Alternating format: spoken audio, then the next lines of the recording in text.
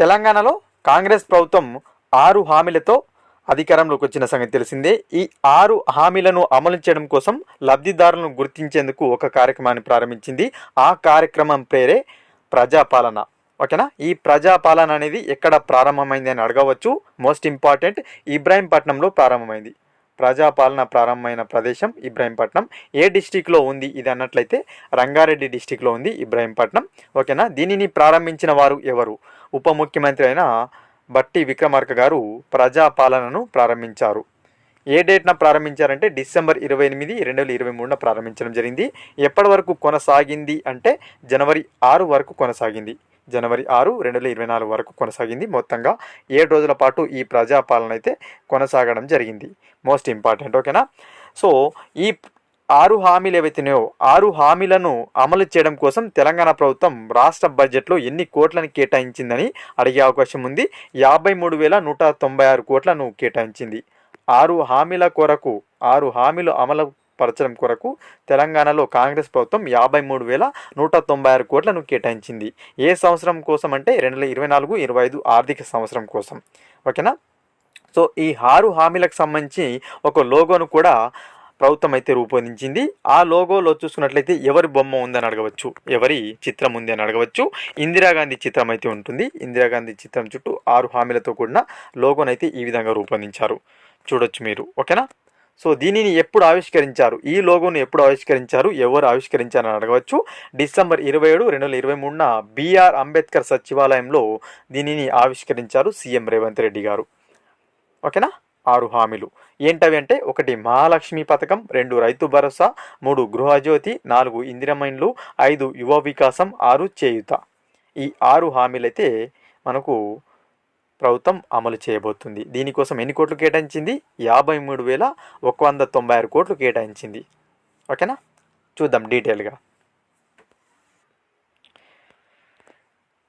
ఇందులో మొదటిది మహాలక్ష్మి పథకం. దీంట్లో భాగంగా ఉచిత బస్సు ప్రయాణం అయితే కల్పిస్తుంది. ప్రారంభించిన తేదీ చూసుకున్నట్లయితే డిసెంబర్ 9, 2023. మనకు ఉచిత బస్సు ప్రయాణం ఏ రోజున ప్రారంభించారు? డిసెంబర్ 9, 2023 ప్రారంభించారు. ఎవరు ప్రారంభించారు? సీఎం రేవంత్ రెడ్డి గారు ప్రారంభించారు. ఏ డిపోకు చెందిన బస్సు అని అడిగినట్లయితే ఉప్పల్ డిపోకు చెందిన బస్సు అనమాట. ఉప్పల్ డిపోకు చెందిన బస్సును ప్రారంభించారు. ఈ బస్సుతో ఈ మనకు ఉచిత బస్సు ప్రయాణం ప్రారంభమైంది.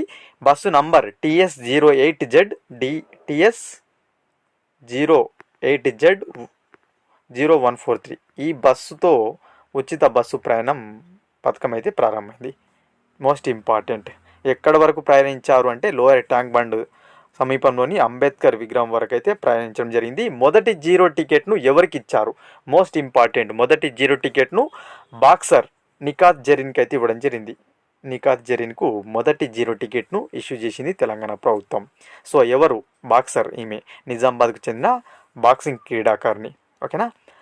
సో ఇందులో చూసుకున్నట్లయితే ఎవరికి ఫ్రీ బస్ అంటే మహిళలకు, అదేవిధంగా బాలబాలికలతో పాటు ట్రాన్స్జెండర్లకు కూడా మనకు ఉచిత బస్సు ప్రయాణం అనేది ఉందన్నమాట. ఎందులో ఉంది అంటే ఏ బస్సులు ఉందంటే పల్లె వెలుగు, ఎక్స్ప్రెస్, మెట్రో బస్సులలో మనకు ఈ ఉచిత బస్సు ప్రయాణం అయితే ఉంది. పల్లె వెలుగు, ఎక్స్ప్రెస్, మెట్రో బస్సులలో. ఓకేనా. నెక్స్ట్ అదేవిధంగా మహాలక్ష్మి పథకంలోనే భాగంగా గ్యాస్ సిలిండర్ 500కే ఇవ్వడం జరుగుతుంది. సో ఈ పథకం వచ్చేసి ఫిబ్రవరి 27, 2024 సీఎం రేవంత్ రెడ్డి గారు హైదరాబాద్లోని సచివాలయంలో ప్రారంభించారు. ఓకేనా. మనకు ఉచిత బస్సు వచ్చేసి డిసెంబర్ 9, అదేవిధంగా గ్యాస్ సిలిండర్ వచ్చేసి డిసెంబర్ 27. ఓకేనా. సో దీనికి అర్హత చూసుకున్నట్టయితే తెల్ల రేషన్, వైట్ రేషన్ కార్డు కలిగి ఉండాలి. వారి పేరు మీద LPG కనెక్షన్ అయితే ఉండాలి ఖచ్చితంగా. ఓకేనా. సో దీనికోసం ఈ ఉచిత గ్యాస్ సిలిండర్ అంటే 500 రూపీస్కి గ్యాస్ సిలిండర్ ఇవ్వడం కోసం సో జీవో నంబర్ 2 అయితే విడుదల చేసింది ప్రభుత్వం. ఓకేనా. ఈ పథకం యొక్క అమలు బాధ్యత మనకు చూసుకున్నట్లయితే జిల్లా కలెక్టర్ వహిస్తారు. అత్యధికంగా లబ్ధిదారులు ఉన్న జిల్లా అడిగినట్లయితే హైదరాబాద్ అని గుర్తుపెట్టుకోండి. అత్యల్పంగా లబ్ధిదారులు కలిగిన జిల్లా ములుగు. ఓకేనా. సో వినియోగదారులు ఏదైతే పొందే సబ్సిడీ సిలిండర్ ఉన్నాయో ఆ కుటుంబానికి గత 3 ఇయర్స్గా వాడిన సిలిండర్లు ఏవైతున్నాయో దాన్ని అయితే సగటు కింద తీసుకున్నారన్నమాట. యావరేజ్ కింద తీసుకోవడం జరిగింది. లాస్ట్ 3 ఇయర్స్లో ఒక కుటుంబం ఎంత మనకు తీసుకుంది, ఎంత ఖర్చు చేసింది, ఎంత వినియోగించింది సిలిండర్ అనే దాని ఆధారంగా ఈ పథకం అయితే రూపొందించడం జరిగింది. Most important. ఓకేనా. నెక్స్ట్ వన్ చూసినట్లయితే గృహజ్యోతి పథకం, ఉచిత విద్యుత్ పథకం. ఇది కూడా ఫిబ్రవరి 27న ప్రారంభించారు సచివాలయంలో. ఎవరు? సీఎం రేవంత్ రెడ్డి గారు. సో ఎన్ని యూనిట్ల వరకు ఫ్రీ కరెంట్ అంటే 200 యూనిట్స్ వరకు ఫ్రీ కరెంట్ అనమాట. తెల్ల రేషన్ కార్డు ఉండాలి. దీన్ని కూడా తెల్ల రేషన్ కార్డులు అనేవి ఆధార్ కార్డుతో లింక్ చేసి ఉండాలి. ప్రజాపాలన దరఖాస్తు చేసుకున్న వారికి మాత్రమే ఈ గృహజ్యోతి పథకం అయితే వర్తిస్తుంది. 200 యూనిట్స్ వరకు మాత్రమే ఫ్రీ కరెంట్ అనేది వర్తిస్తుంది. ఆ పైన ఇన్కేస్ 201 యూనిట్స్ వచ్చినట్లయితే మాత్రం పూర్తి బిల్ అయితే మీరు చెల్లించాల్సి ఉంటుంది. సో ఇది ఎప్పటి నుంచి అమల్లోకి వచ్చింది అన్నట్లయితే మార్చి 1, 2024 నుంచి అమల్లోకి వచ్చింది. రాష్ట్ర ప్రభుత్వం గవర్నమెంట్ డాటా ప్రకారం దాదాపుగా రాష్ట్రంలో సుమారుగా 40 లక్షల కుటుంబాలకు ఈ పథకం అయితే ప్రస్తుతం వర్తిస్తుంది. 40 లక్షల కుటుంబాలకు. ఓకేనా. దీనిని లాంఛనంగా ఎవరు ప్రారంభించారని అడగవచ్చు. లాంఛనంగా మదిర నియోజకవర్గంలోని ముదిగొండలో ఉప ముఖ్యమంత్రి అయిన మల్లు బట్టి విక్రమార్క గారు అయితే దీన్ని ప్రారంభించారు. ఓకేనా. మోస్ట్ ఇంపార్టెంట్, దీనికోసం ఈ గృహజ్యోతి పథకం కోసం తెలంగాణ ప్రభుత్వం ఈ బడ్జెట్లో ఎంత కేటాయించిందని అడిగే అవకాశం ఉంది. మోస్ట్ ఇంపార్టెంట్, 2418 కోట్లు కేటాయించింది. గృహజ్యోతి పథకం కోసం ప్రభుత్వం కేటాయించిన డబ్బులు ఎంత? 2418 కోట్లు. ఓకేనా, ఇంపార్టెంట్. నెక్స్ట్ వన్ చూసినట్లయితే మనకు ఇందిరమ్మ ఇండ్ల పథకం. సో దీనిని మనకు చూసుకున్నట్లయితే రేవంత్ రెడ్డి గారు ప్రారంభించారు. మార్చి 11న ప్రారంభించారు. కొత్తగూడెం జిల్లాలోని భద్రాచలం మార్కెట్ యార్డ్లో దీనిని ప్రారంభించారు. మొత్తంగా 4 దశల్లో ఆర్థిక సాయం అందుతుంది. ఎన్ని దశల్లో ఇందిరమ్మ ఇండ్ల పథకం సాయం అందిస్తారని అడిగినట్లయితే గుర్తుపెట్టుకొని 4 దశల్లో. 1 బేస్మెంట్ స్థాయి, 2 పైకప్పు స్థాయి, 3 పైకప్పు నిర్మాణం తర్వాత, 4 నిర్మాణం పూర్తి అయిన తర్వాత.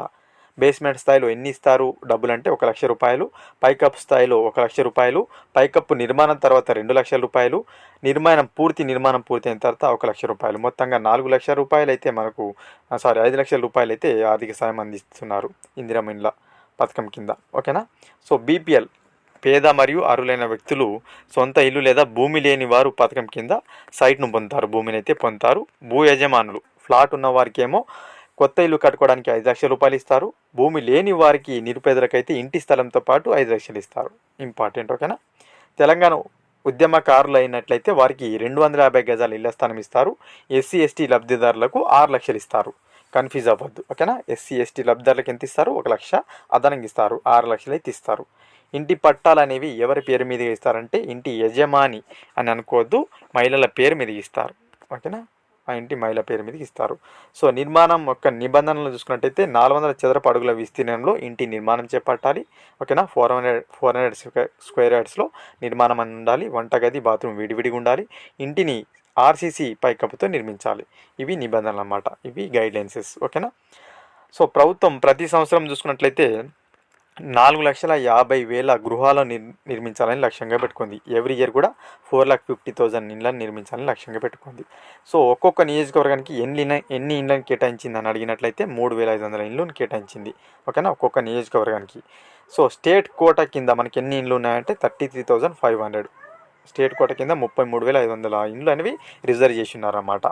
ఇవి సీఎం చేతిలో ఉంటాయన్నమాట. సో మొదటి దశలో ఒక్కొక్క అసెంబ్లీకి 3,500 ఇళ్ళు అయితే రావడం జరిగింది. ఓకేనా. ఈ పథకం కోసం తెలంగాణ ప్రభుత్వం ఈ బడ్జెట్లో ఎన్ని కోట్లని కేటాయించింది అని అడగవచ్చు. 7,740 కోట్లు. 7,740 కోట్లను ఈ ఇందిరమ్మ ఇండ్ల పథకం కోసం అయితే కేటాయించడం జరిగింది. ఓకేనా, మోస్ట్ ఇంపార్టెంట్. నెక్స్ట్ అదేవిధంగా చూసుకున్నట్లయితే మనకు చేయూత పథకం. సో ఈ పథకాన్ని రేవంత్ రెడ్డి గారే ప్రారంభించారు డిసెంబర్ 9న హైదరాబాద్లోని ఎల్బీ స్టేడియంలో. సో ఈ పథకం కింద ఒక్కొక్క కుటుంబానికి బీమాను 5 లక్షల నుంచి 10 లక్షలకి అయితే పెంచారు. ఓకేనా. సో ఏంటంటే దీని యొక్క లక్ష్యం ఏంటంటే తెలంగాణలో ఆర్థికంగా వెనుకబడిన వర్గాలు ఎవరైతున్నారో బీపీఎల్ కుటుంబాలకు ఉచిత వైద్య మరియు ఆరోగ్య సంరక్షణను అందించడం అన్నమాట. సో ఓకే, మనకు ఇందులో చూసుకున్నట్లయితే మొత్తంగా మనకు 1,672 విభిన్న వైద్య ప్యాకేజీలతో పాటు 21 ప్రత్యేక సేవలు అయితే అందించబడతాయి. అంటే 10 లక్షల వరకు మనకు ఉచిత వైద్యం అయితే అందించడం జరుగుతుంది. ఏ రోజున ప్రారంభించారు? డిసెంబర్ 9న. ఎక్కడ? ఎల్బీ స్టేడియంలో. అమ్మ కోసం కార్యక్రమం అన్నమాట. సో ఇది మార్చిలో ప్రారంభించారు. ఇది కొత్త తల్లులకు మద్దతు ఇవ్వడానికి ఉద్దేశించిన పథకం అన్నమాట. ప్రసవం ఎవరైతే మనకు డెలివరీ అవుతారో వారికి 1 సంవత్సరం పాటు మానసిక ఆరోగ్యం, అంటువ్యాధులు మరియు ఇతర సమస్యలు ఏంటుంటాయో వాటి సంబంధించిన సమగ్ర ఆరోగ్య సేవలను అయితే అందిస్తుంటారు అన్నమాట.